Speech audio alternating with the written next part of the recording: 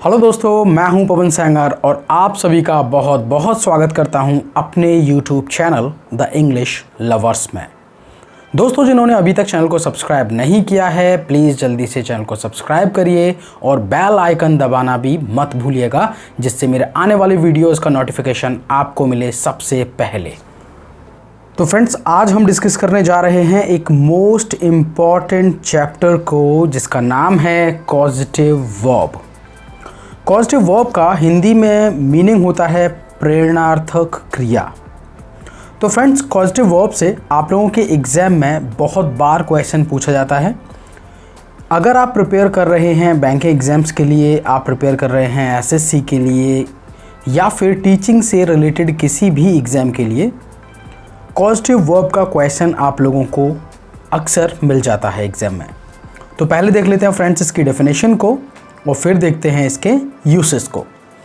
तो डेफिनेशन बोलती है, the causatives are the verbs that are used to indicate that one person causes another person to do something for the first person. It means दोस्तों, causative verbs उन verbs को बोला जाता है जिसमें कोई भी पर्सन खुद काम न करके किसी दूसरे पर्सन से काम को करवाता है या फिर उसे करने के लिए प्रेरित करता है, उसे हम बोलते हैं कॉजेटिव वर्ब्स। अब दोस्तों, कॉजेटिव वर्ब में किन वर्ब्स को रखा गया है, तो सबसे पहले देख लेते हैं।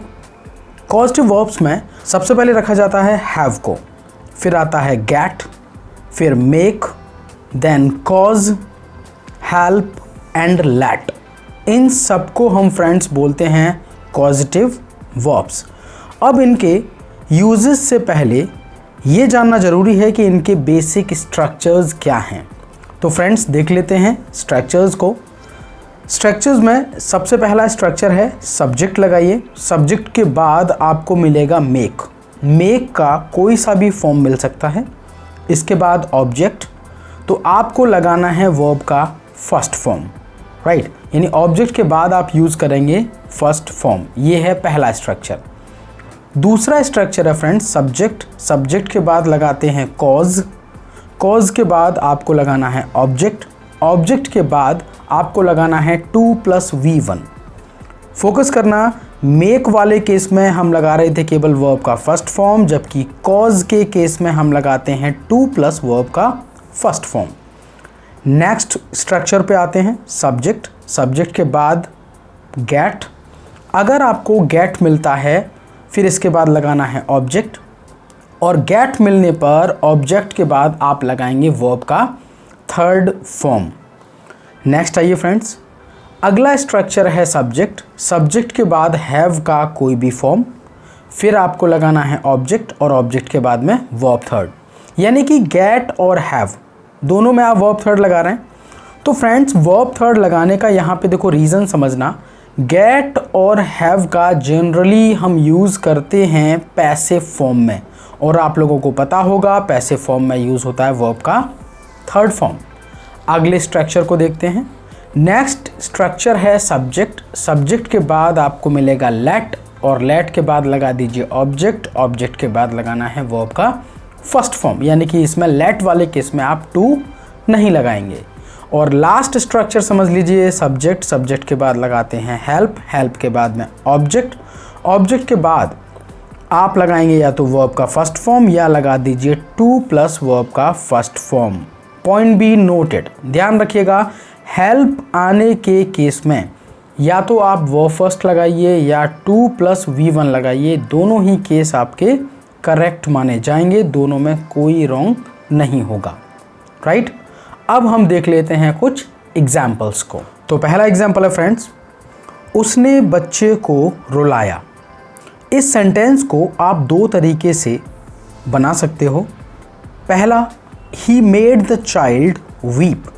देखो, आपको मेड मिल रहा है, यानी कि मेक का सेकंड फॉर्म है। इस केस में आप वीप से पहले टू नहीं लगा सकते, तो यहाँ लगेगा वर्ब का फर्स्ट फॉर्म। या इस सेंटेंस को बनाने का तरीका होगा, he caused the child to weep, यानी कि अगर आप कॉज्ड लगा रहे हैं तो आपको लगाना पड़ेगा 2+V1। नेक्स्ट एग्जाम्पल को देखते हैं। मैंने अपने घोड़े को तेज़ दौड़ाया। तो friends, I made my horse run fast, यानी रन वर्ब का फर्स्ट फॉर्म, या मैं बोल सकता हूँ I caused my horse to run fast. Got it? दोनों एग्जाम्पल समझ गए होंगे। आइए देख लेते हैं तीसरे एग्जाम्पल को। मैंने एक पत्र लिखवाया। इसको दो तरीके से बना सकते हैं आप। या तो आप बोलेंगे I got a letter written, क्योंकि ये पैसिव में सेंटेंस है। दूसरा तरीका ये होता है कि आप ये बोल सकते हैं I had a letter written, यानी हैव का सेकंड फॉर्म हैड, राइट। आइए फोर्थ एग्जाम्पल पे, और फोर्थ एग्जाम्पल है मैं रोहन से एक पत्र लिखवाऊंगा। I will get a letter written by Rohan, या मैं इसे बोल सकता हूँ I will have a letter written by Rohan. अब देखते हैं अपने फिफ्थ एग्जाम्पल को। फिफ्थ एग्जाम्पल है I don't let my kids watch violent movies, यानी कि मैं अपने बच्चों को वॉयलेंट मूवीज़ नहीं देखने देता। आपको यहाँ पे लेट मिल रहा है। लेट का मीनिंग होता है फ्रेंड्स किसी को परमिट करना या किसी को अलाउ करना। तो लेट के बाद में हमको लगाना है वर्ब का फर्स्ट फॉर्म। इसी तरह से देख लेते हैं लास्ट एग्जाम्पल को। He helped me carry the boxes, या हम बोल सकते हैं टू कैरी द बॉक्सेस। दोनों ही बातें करेक्ट हो जाएंगी, क्योंकि हेल्प के साथ या तो आप लगाते हैं वर्ब का फर्स्ट फॉर्म और या लगा सकते हैं टू प्लस वर्ब का फर्स्ट फॉर्म। अब दोस्तों एक नोट पॉइंट को और समझते हैं। देखिए, सब्जेक्ट के बाद गेट और गेट के बाद ऑब्जेक्ट प्लस V3, ये स्ट्रक्चर होता है आपका पैसिव का, यानी कि सेंटेंस अगर पैसिव में गिवन है तो आपको लगाना है वर्ब का थर्ड फॉर्म। लेकिन इसके साथ गेट का एक स्ट्रक्चर और बनता है, सब्जेक्ट, सब्जेक्ट के बाद गेट, गेट के बाद ऑब्जेक्ट, ऑब्जेक्ट के बाद टू प्लस वर्ब का फर्स्ट फॉर्म, और ये स्ट्रक्चर बनता है फ्रेंड्स एक्टिव सेंटेंस का। ऑलराइट, आई होप एक्टिव और पैसिव के बारे में आप लोगों को नॉलेज होगी। अगर नहीं है तो एक्टिव वॉइस पर मैं जल्द ही एक वीडियो बनाने वाला हूँ, तो इसको एग्जाम्पल के थ्रू समझिए friends. He always gets her to clean the bedroom, यानी कि जो ही है वो हमेशा बुलाता है हर को, किस लिए बुलाता है? बेडरूम को क्लीन करने के लिए। एक एग्जाम्पल, लास्ट एग्जाम्पल और समझ लेते हैं। Get this work done by Rohan. Okay, यह काम रोहन के द्वारा कराया गया। यस, तो अब आप यहाँ समझिए, यहाँ पे बाय प्लस रोहन आ रहा है, और बाय प्लस ऑब्जेक्ट आप लोगों को पता होगा कि ये यूज़ होता है आपके पैसिव फॉर्म में। आई होप दोस्तों पॉजिटिव वर्ब्स के बारे में आज बहुत सारी बातें क्लियर हो गई होंगी। मिलते हैं नेक्स्ट वीडियो में। Thank you for watching this video and please share, like, comment and subscribe. Okay, अपना ख्याल रखो। जय हिंद।